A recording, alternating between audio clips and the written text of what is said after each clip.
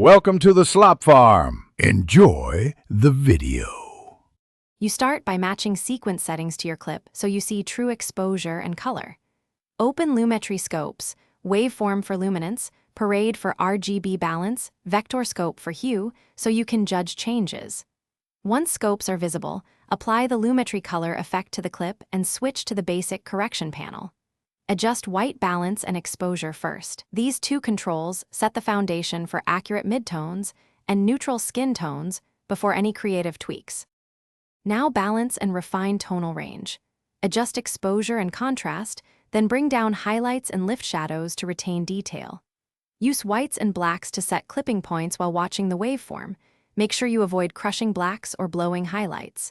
Once basic tone is sorted, boost overall saturation modestly, and use HSL secondary to isolate and fix skin or sky hues. Finally, clean up contrast and color casts with RGB curves for precise matching across shots. Finish by applying a creative look or LUT, but dial back intensity to preserve natural tones. You can use the Lumetri opacity slider to blend. Use color wheels, shadows, midtones, highlights to nudge mood and ensure skin stays natural. Add a subtle vignette for focus if appropriate, then check scopes again to confirm legal broadcast levels or REC 709 compliance. If colors shift during export, recheck color management, settings, and render a short test clip to verify output. Thanks for watching. Consider subscribing if we helped you today.